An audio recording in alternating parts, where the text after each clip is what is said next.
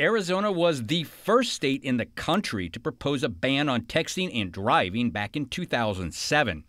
Now, after 12 years of failed attempts and another high-profile tragedy, this year, Arizona could become one of the last states to ban it.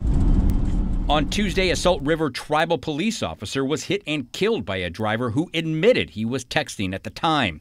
In reaction to Officer Clayton Townsend's death was swift. But I do want to say regarding texting and driving, no one should be texting and driving. One day after Townsend was killed, Governor Ducey said he'd sign legislation that prohibits drivers from texting behind the wheel. And now incoming Senate President Karen Fann and incoming House Speaker Rusty Bowers are also on board. We do not want this to continue. And there are several proposals, how wide that has to be, but we are very, very open to it. Arizona is one of 3 states without a total ban on texting and driving right now. No legislation has been filed at the Capitol yet, but that will likely change after the legislature reopens for business on Monday. When you're that involved in a text that you can cross 2 lanes of traffic and kill somebody, I know he didn't mean to, but we've got to do something about this.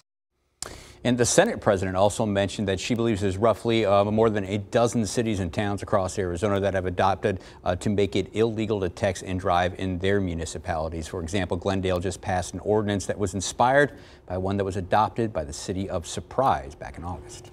There is some irony that we were the first to propose it, and 12 years later we don't have it. What's prevented it every year? Well, mostly it's been some philosophical differences from lawmakers down there who we were talking about earlier. They didn't want the so-called, quote, nanny state for government overreach out there. And one of the biggest opponents of this bill was now Congressman Andy Biggs. When he was the Senate president, he routinely blocked this piece of legislation, a texting ban, from ever getting a vote on the Senate floor, and for years it has been a very popular measure down at the Capitol. Definitely had a lot of votes down there, but a few key people down there with some philosophical differences said no way. Yeah, they're going to feel the pressure and heat off of this case. We'll see what happens this year, exactly. Yeah. Thank you, Dennis. You can get the latest on this texting and driving legislation and the tributes and GoFundMe page for Officer Townsend. It's all on our AZ Family News app right now.